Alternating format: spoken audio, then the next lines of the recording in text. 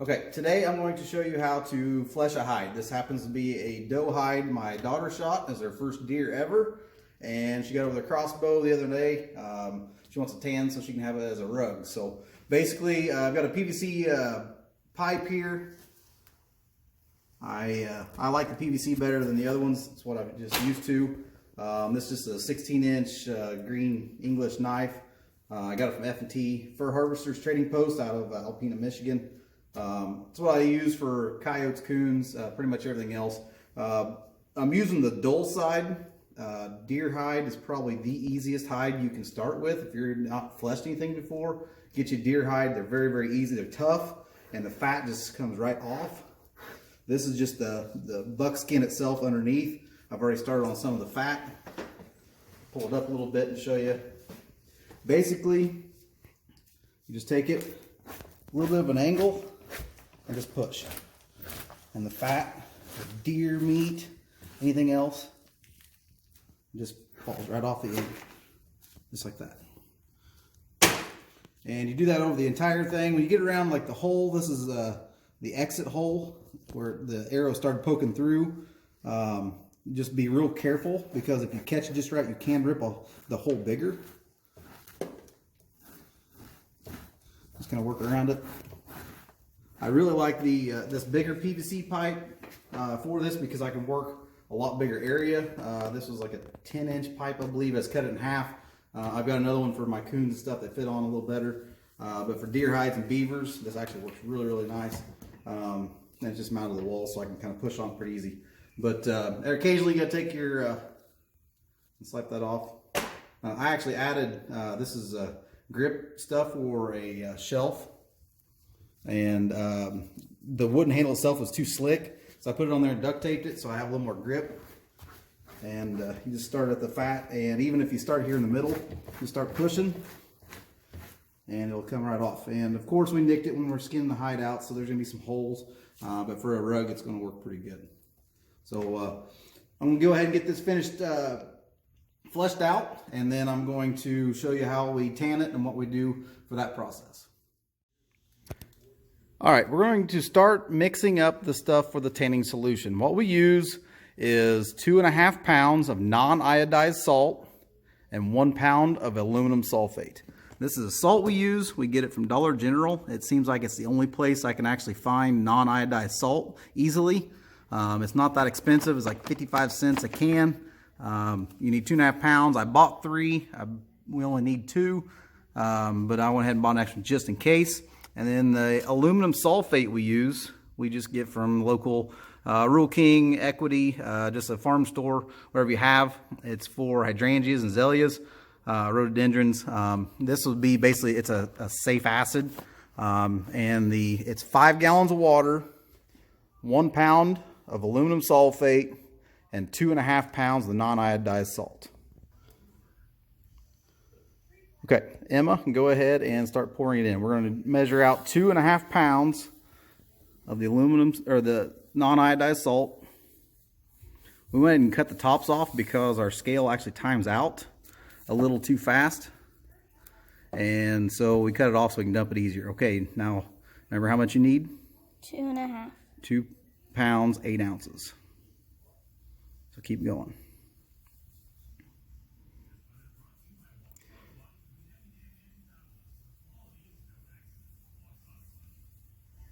Okay, start slowing her down. Keep going. Perfect. All right, it's 2 pounds, 8 ounces, which is 2.5 pounds of salt. We're going to dump this in our container now, and then we'll measure out the aluminum sulfate, and we'll show you how we mix this solution. All right, and by the way, this is Emma. She's the one that killed the doe. It's her first one she ever harvested. She's pretty excited about it, and she's going to put it in her room as a rug right by her bed. So she's 11, and she's pretty happy that she harvested her first deer. So okay, this is the barrel we're going to soak the deer hide in. We soak them for 7 days. We'll show you throughout the whole process, but go ahead and dump in the salt. That's our 2.5 pounds of salt. Okay, It's down there. We take these barrels. I don't even know where we got them from. Cut the tops out like we did because it's a little, gives it more rigidity. We keep the tops, and I'll show you why we keep the tops here in a little bit. So if you can find a plastic barrel, it can be a bucket.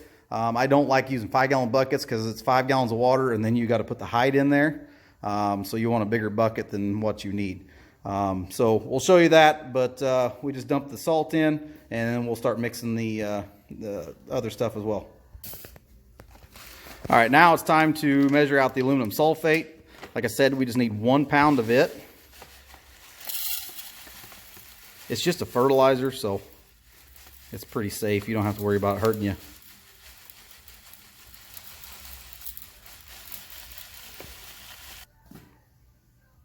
For the aluminum sulfate and salt, before we actually put it all in together, we actually mix them separate. So we're going to put it in the smaller bucket, and we're going to actually put 1 gallon of water in with this, mix it up, and then we're going to put 4 gallons in with the salt, mix it up, and then we'll pour them together.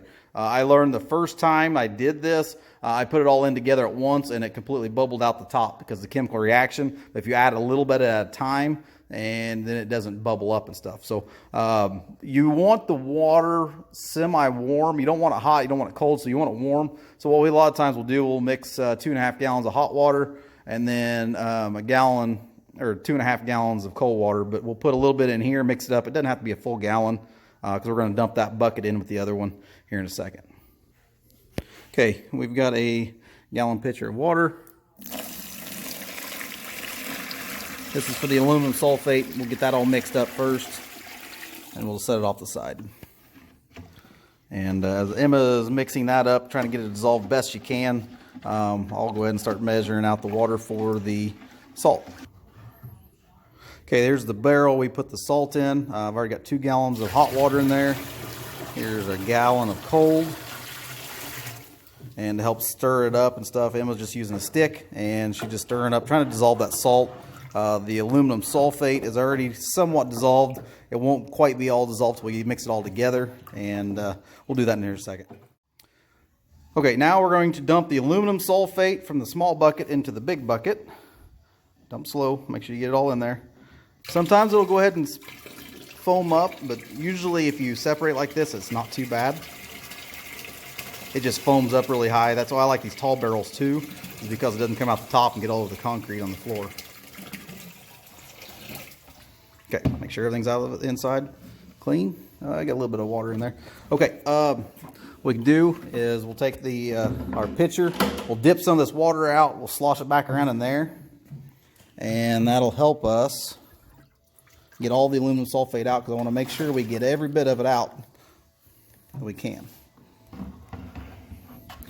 No, that ain't gonna work. Okay, now slosh that around a little bit, Emma, and then dump it back in. Nope, you can leave. I just meant slosh it in the bucket. Okay, so we put that water in, pretty much dissolved it now. All right.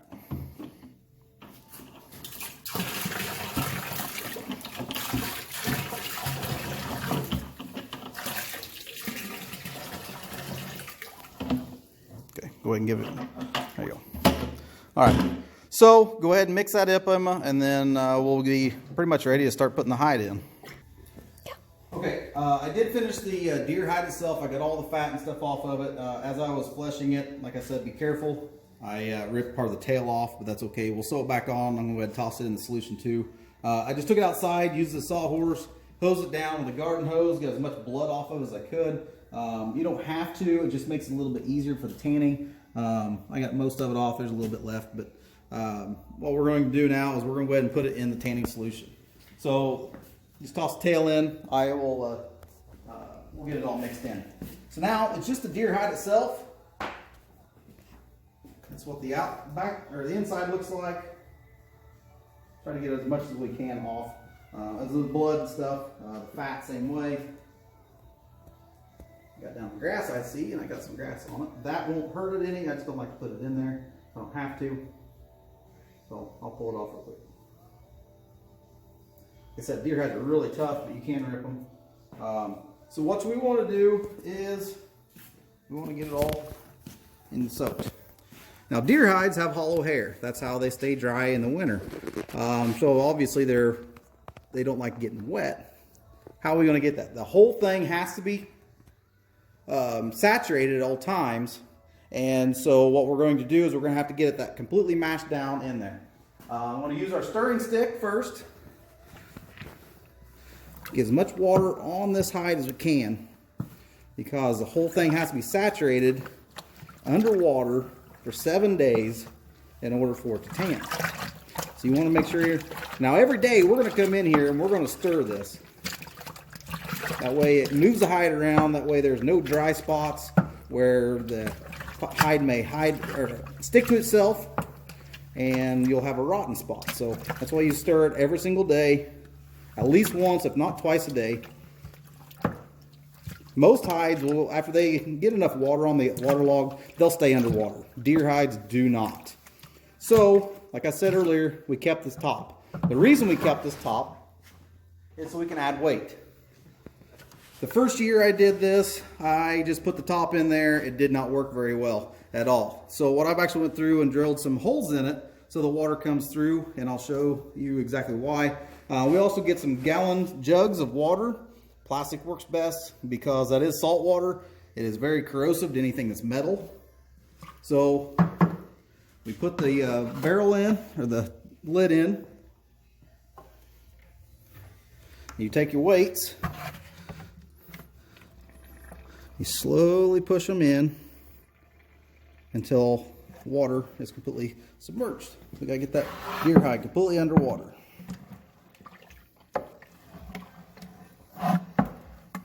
It takes a little bit of time. The second and third day, fourth day, it's a lot easier. The deer hide likes to stay underwater better. I may have to actually add more water to it, just because deer hide, they like to float. And we don't want them to float. So I'll get this all shoved under, and then I'll show you what it looks like after we get done with that. So we've finally got all of the hide shoved underwater. As you can tell, there's no hide sticking up, and nothing's touching. These weights will work pretty good. I may actually go ahead and go get another jug and fill it full of water. Add a little more weight to it, kind of raise the water level up a little bit more. But every day, I'll show you on here too, we're going to take the jugs out, take the lid out, we're going to stir it really good, kind of vigorously, and then we're going to put everything back in every single day for at least 7 days. A friend of mine I've actually hunted with a few times, named Jason Hauser. He's part of a couple different TV shows. Trapping Across the USA is one. He actually put this recipe in a magazine, I think it was the Illinois Outdoor News, a few years ago. I've tried it, and since then I've done about 6 or 7 deer hides, probably 30 some coyotes, 15 or 20 coons, and some fox, mink. Pretty much the first animal I catch while I'm trapping, I tan, and I use this tame solution. Once the deer hide comes out, I'll dump the solution. If I'm going to tan anything else, I'll add something else to it, or I'll mix a new batch each time. But this solution, the 5 gallons of water, 1 pound of aluminum sulfate, 2.5 pounds of non-iodized salt will do a deer hide. So I figure it does basically 2 coyotes, 4 coons, 3 or 4 fox.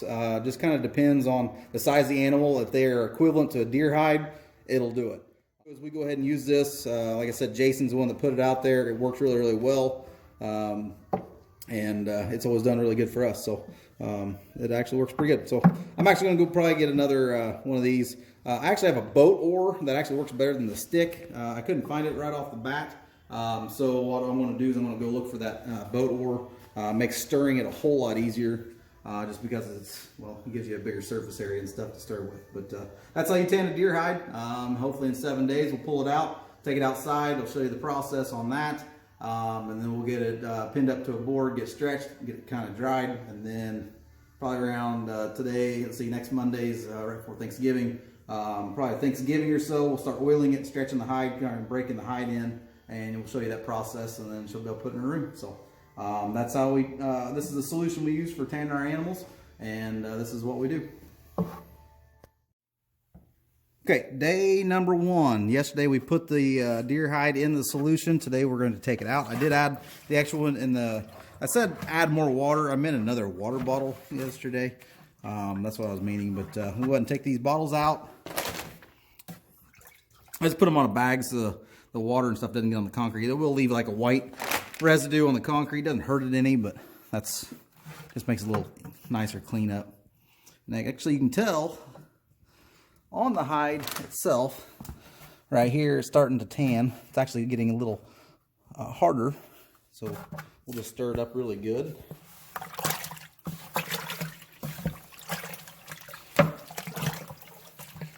Not to be too gentle with it. It's pretty tough. Some people will take it out and put it back in. I think if you just stir it good enough, keep turning it and rolling it, that's good enough usually. Like I said, really the only reason you're doing this is make sure that the hide is completely saturated. Sometimes the hide will get close to each other, or sorry, get the camera. What will happen is there'll be a spot where the solution doesn't get to it, but if you stir it, hopefully it opens it up enough. You can do that. And we still have not located our boat oar, so I have to ask my wife, maybe she moved to someplace, I don't know. Can't find it, so it's somewhere.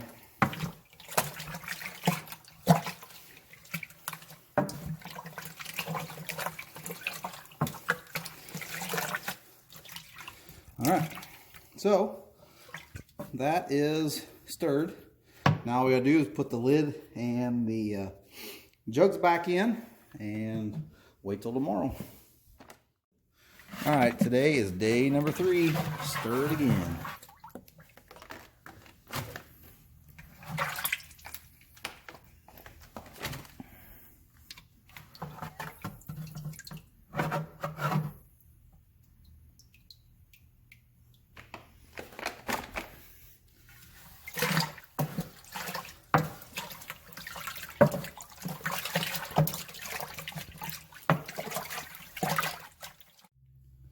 Alright, today is day number 7, so we put this in last Monday. Today's Monday.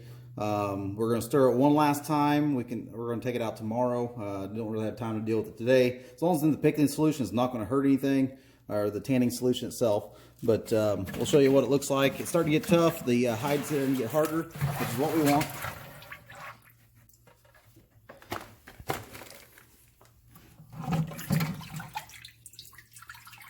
And I actually have another hide now to do for my niece. So I'm going to get this one out tomorrow, and I'll be putting another one in tomorrow.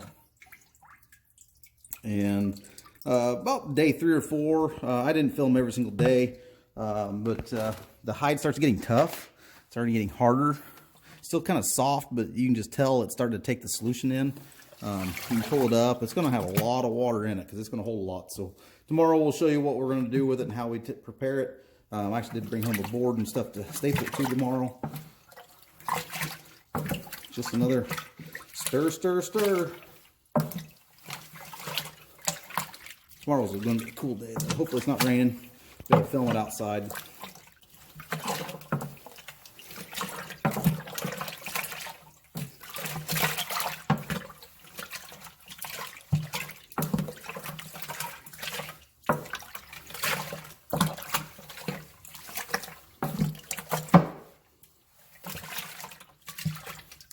Let this sit overnight, and tomorrow when I get off work, the girls get off the bus, I'll have them help me film, and we'll get it outside. We'll rinse it off, we'll hose it off as best we can with the garden hose, and then we'll staple or nail it to a board so it kind of keeps the shape we want. And let it start drying, then we'll oil it and start breaking the hide. But just kind of not really labor intensive, just time consuming more than anything. It just takes a while to do everything. But once it's in here, you could actually leave this hide in here in the liquid pretty much indefinitely, from what I understand, just because it's kind of protected. Once you take it out, you got to start working it. See if I can get this all, and it still wants to rise to the top. So I force it down best I can. I'm going to take my stick and poke the rest of the water and stuff in. So I got a big chunk of hide sticking up above the water there. That's all right, we'll fix that.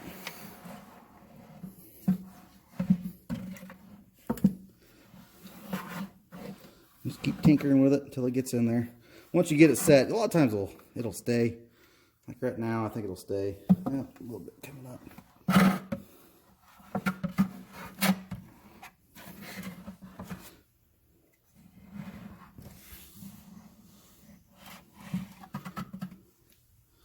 And looks like it's all going to stay. Everything's underwater. I'll check it again later on. I always check it a couple times before I go to bed, just to make sure after I stirred it, it stays. If it stayed for the first half hour, you're good to go. So, okay, today is day number 8. We put it in last Monday. We had it soaking for a full 7 days. Deer hide is ready to come out, and it looks really good. The next process, what we're going to do next is we're actually going to take the deer hide out. We're going to put it up on the sawhorses, and we're going to completely wash it off. We got to get all the salt, aluminum sulfate off of it. And so basically we just take a garden hose, we'll wash off the hide side, we'll wash off the hair side, and do that a few times, try to get as much water off of it, and then we'll show you the next process. So you want to take it out, try to get most of it to drain. You can, just so you don't get it just makes it a little easier.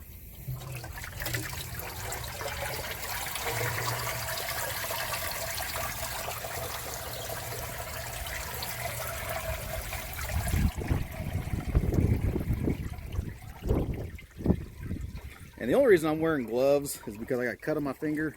That's the salt water. And yeah, if you ever had salt in an open wound, it hurts. You don't have to wear gloves. It doesn't hurt you to either. But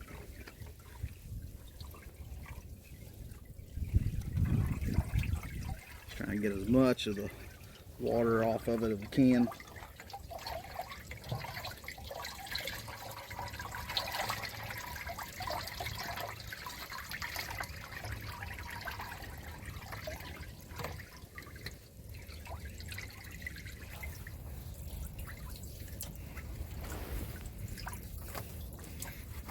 Okay.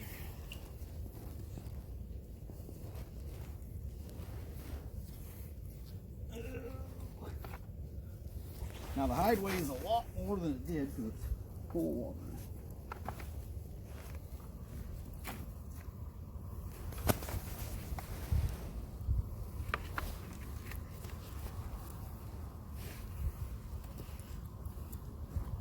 Using the sawhorse, just kind of keep it up off the ground. Keeps the grass stuff off. Start rinsing it off. Alright, so that's that. Now don't forget, we did have the tail we ripped off on accident. We'll fix that. We'll sew it back on when it gets all dry and stuff. We'll make sure we get it rinsed off too. So, put it there so we don't forget it. Alright, all you do is just take a garden hose, just hose it off. You don't want to chimp out or cheap out on this at all. You want to rinse as much as you possibly can. It helps get some of that salt water off. Just dry it, rinse it out as best you can. So it's not going to hurt anything. All this is where we actually cut it with a knife when you're skinning it. So, and since it's just a rug, it won't hurt it any. Try to use cool water best you can. Coming right out of the tap, so it gets warm and it gets cold again. We'll do the hide side first, and then we'll flip it over, and we'll do the hair side.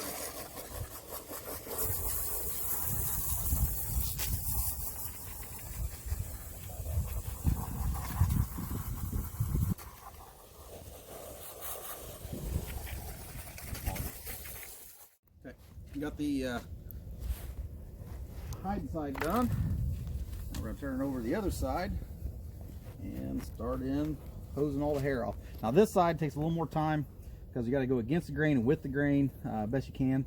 This hair is a little wet still, of course, it's just soaked, but it's harder to get down in there and get all the soap and stuff out, or the salt.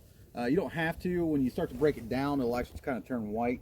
You can get some of it flaked out, but we're going to try to do the best we can with rinsing it off. And you do it the same way. don't know if you can see that water coming off, kind of a yellow, whitish color. That's the aluminum sulfate and salt coming out of it. But normally it wouldn't be white.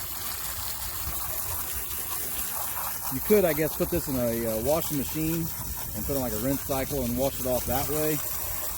I'm pretty sure my wife would kill me if I put it in our washing machine, so I'll do it outside. It's a beautiful day. It's not that cold. That's for end of November.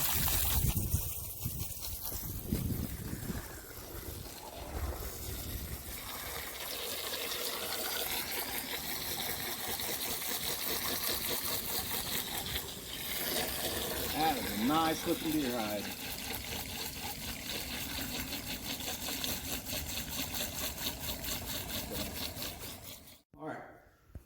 Earlier we rinsed the deer hide off. We got everything the best we could. We let it sit for a while, let it drip dry. We got a lot of the water off. We didn't get all of it. Now it's time to put it on the board. We have this pallet. It actually, I hope, is about the right size. Right now OSB is expensive and I don't have any full sheets laying around. So we're going to put on this old pallet and I'll show you how we do that. It's pretty simple. I would start at the bottom and kind of drag it up, because I want the hot hair laying flat, so I drag it this way. Basically all you're going to do now is we're going to get it laid out nice and flat the best we can. And then we're going to put nails in it to hold its shape the best we can. And then we're going to start letting it dry. We won't put a fan or anything on it. We want to kind of, I will tilt it up.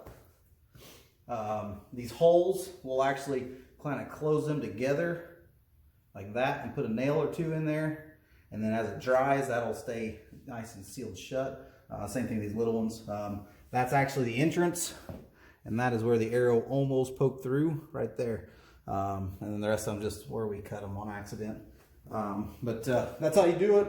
To board them, we will get to nailing these, and we'll show you some of that. But basically, you don't want to stretch it really, really tight, but you also don't want it loose, because as it dries, it is going to shrink. About every inch to 2 inches, you want to be able to put a nail. You don't have to drive it all the way in. You want to be able to get the nail back out. I just use brad nails. Some guys use staples. This is pretty thick. This is part of the belly, so the hide's a little thicker there. But we'll go ahead and I'll put some nails in it. And like I said, this is her neck. Her tail, we'll attach it later. But just wire nails. And just find a spot and start.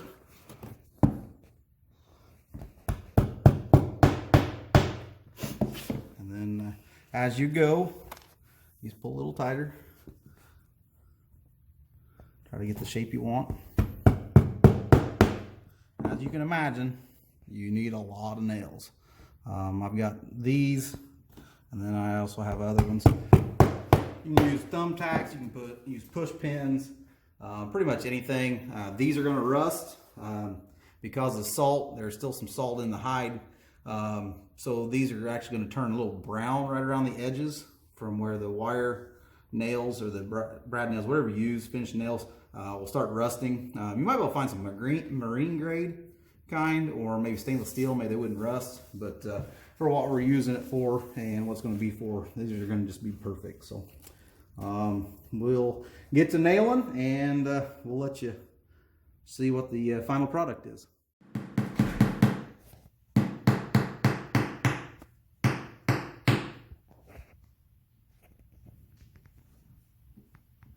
Don't fold it, remember. You kind of do a deer hide, kind of like what you would do a beaver hide. Usually you start on either side and keep stretching. Since it's going to be a rug, we're just going to level it best we can. It doesn't have to be a perfect hoop or perfect shape because it's going to be laying flat. But you can do it different ways. This is the way we do it, or I do it anyhow. Do whatever way you think is best for you. But we've already got quite a few nails in it. I've already kind of sealed up the entrance hole. And we'll show you how that looks when it dries. You want to try to keep the nails. You want to keep the nails right on the edge best you can, because as it shrinks, it's going to pull away. You want to make sure these are down in the board quite a bit. You want to make sure they're close to the edge. If you nail it out here, it's going to fold. It's not going to be real good, so I just did these to cover up the hole, kind of seal it shut. And then in a few days, you'll be able to see how it's starting to dry and stuff. We'll actually lay this up or tilt it up so the water can drain off of it. It's looking pretty good. A lot more nails. All right, we finally got all the nails in the deer hide. All the way around. Now, if you stand back and look at it, it is not even. I know it's not. We know it's not. But the problem with that is when we skinned it, we didn't skin it even. So you can always trim it up later. You can trim it up now. I prefer to do it afterwards. That way you can get it laid flat with the fur up so that you can see exactly what you've got, what you need to trim off. You may want to leave it all. You may not. Little bit of stuff down here on the bottom I'll probably trim off. We don't really need it. Stuff up there on the top we'll try trim off, make it even. And you know, it's technically leather now, so once it dries, of course it is dripping. That's why I tilt it up like this so all the water can run off of it. I don't put a fan on it because I don't want to dry too fast, because I guess I just got to work one day. But if you happen to be at work or whatever and it gets too dry too fast, you could actually, it'll be just harder to do when you do the break-in process. But we're going to let it sit 2 to 3 days, somewhere around there. We'll check it every day, of course. And we're going to feel how, once it starts getting dry, it's not really moist anymore. Right now, if you poke it, water runs out. You can see the water running. So it's wet. So what we'll do is we'll just check it. Once it starts getting dry, we'll actually put some neat's foot oil on it, rub the neat's foot oil in there, and then we'll start pulling on the hide.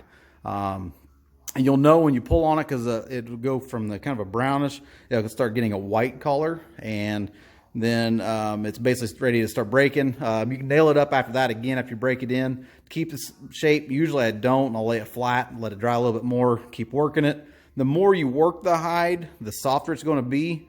But since Emma just wants it as a rug, we'll just probably work it once or twice, get it somewhat soft, and then we'll just lay it down and probably put some on the bottom so it doesn't hurt her floor. She has laminate flooring in her room. So we'll do that. Other than that, that's pretty much it for now. The next couple days we'll just be kind of watching it and seeing how it goes. But we did get the tail up.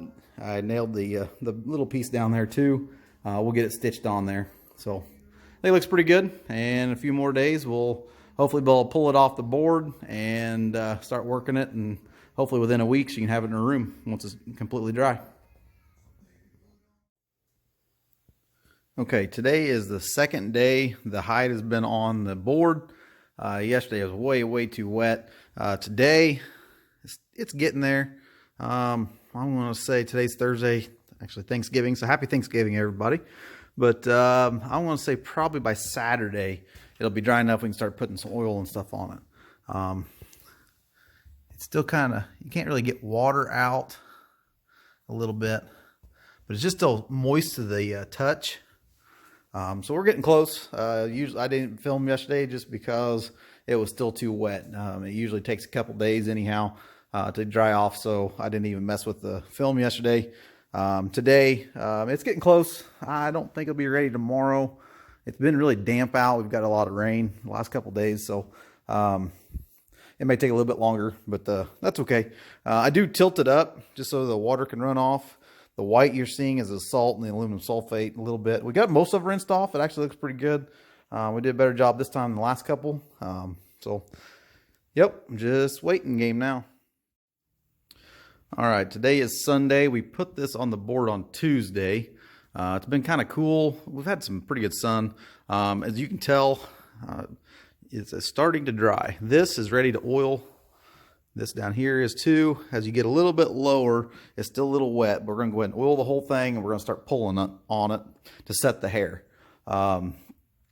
It's okay to oil it when it's a little wet. It's not saturated. You can still kind of poke it in.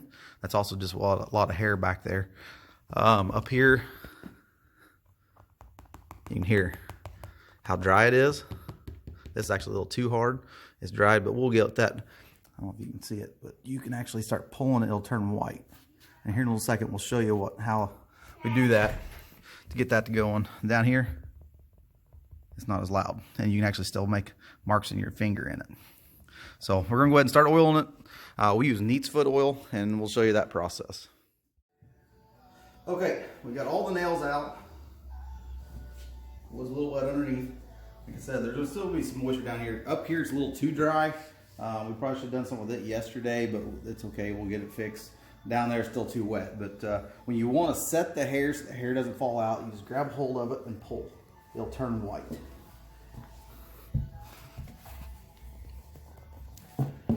Hopefully you can see that.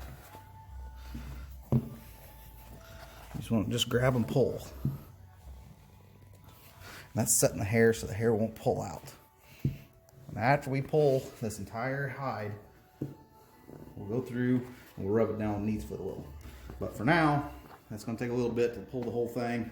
If you got 2 people, it's a lot easier because you can grab each side and just pull. It'll help set a lot of it, because like right here where I pulled it, now it's now out of shape. But that's okay. After you get done pulling it, you can nail it back down. We probably won't. We'll oil it, let it dry, probably flat, and then once that's done, we may put another board on it and kind of flatten it back out and put some weight on it to kind of keep it nice and flat. Like I said, it's going to be for a rug. My daughter's probably going to be walking on it probably every day, so that'll help flatten it out some too. And even over time, you can even stop and re-oil it if it gets too dry. The more you work a hide, the softer it's going to be.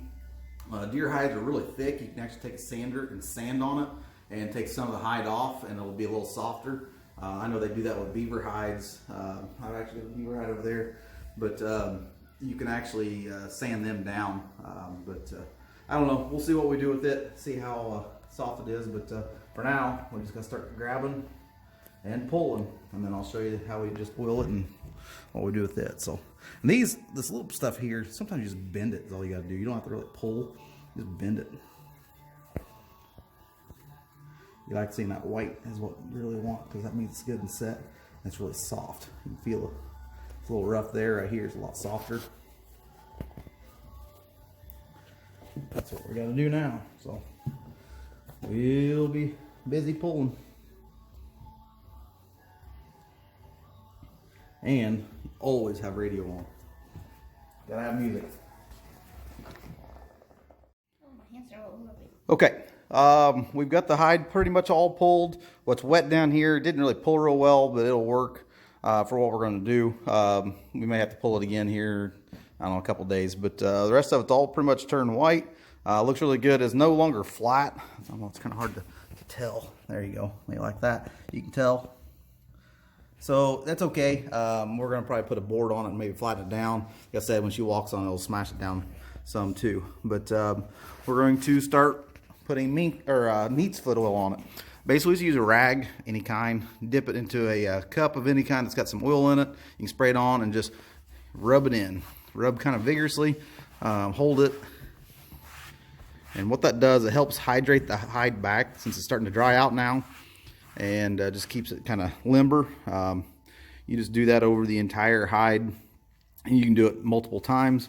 You don't want it saturated too much, but you definitely want the oil and stuff on there. We'll let it soak in and dry. We may turn this over and let the backside dry out because the hair is still pretty wet, because it does hold a lot of moisture and stuff in. But Emma's going to oil her own hide. It's for her, so I may show her a few little tricks, but basically just take it and you rub the oil in the best you can. And we'll do this a couple times over the next day or two, and it should be good to go.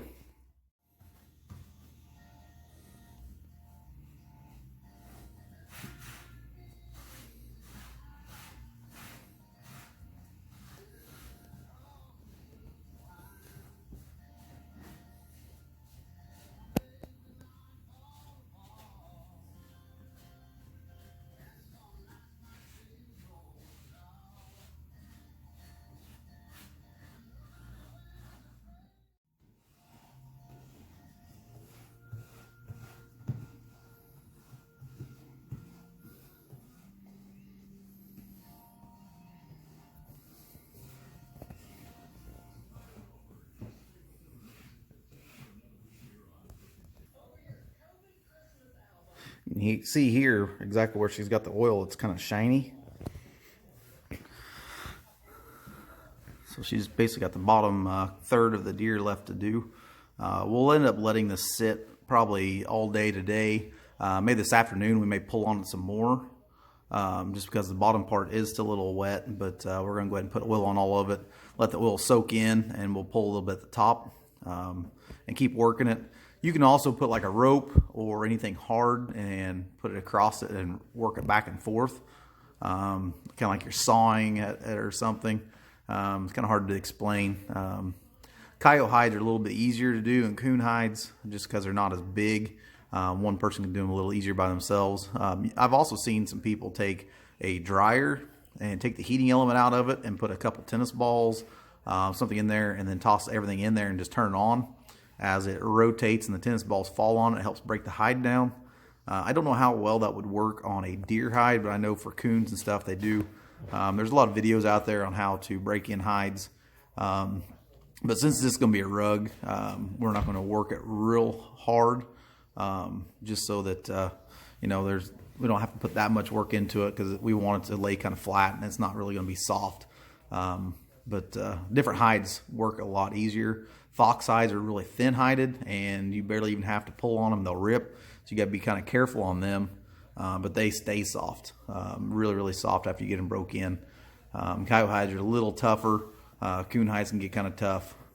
I got an otter hide. It's actually got a really thick skin to it as well, and it's pretty tough. But I just got them hung up to see what they look like. Just first animal or first of a species. But it's looking really good. Okay, this deer hide is officially finished. Emma put the oil and stuff on it. The hair on the backside down here in the bottom was still kind of wet, so we actually flipped it over. We put a fan on it for a couple days, dried it off, turned it back over. It was still a little wet down in here. Left the fan on it overnight, helped dry it off. We'd already had some oil on it. Yesterday was exactly a week since we put it on the board. We actually went ahead and stretched it, set the hair, and we re-oiled the entire thing. Emma actually did that yesterday. So the only thing we have left to do is maybe stitch up the holes. They didn't dry shut. Sometimes they do, sometimes they don't. When we pulled on, they actually separated, and then we got to sew the tail back on. It's just setting on there right now, but it is not sewed on yet. We'll get that. But it is done. Okay, so and turn around so we can see you with it. What do you think? I like it. Your first deer? Mm-hmm. Pretty cool, isn't it? Mm-hmm. Soft. All right, we just got to get a little bit of felt. We'll put on the bottom of it so you can put it on your floor so it won't scratch your laminate floor. That's pretty much it. So it's ready to, we can take it in the house tonight, and we may give it a few shakes and make sure there's no loose hair stuff on it. I actually have another deer hide now I need to put down on the board.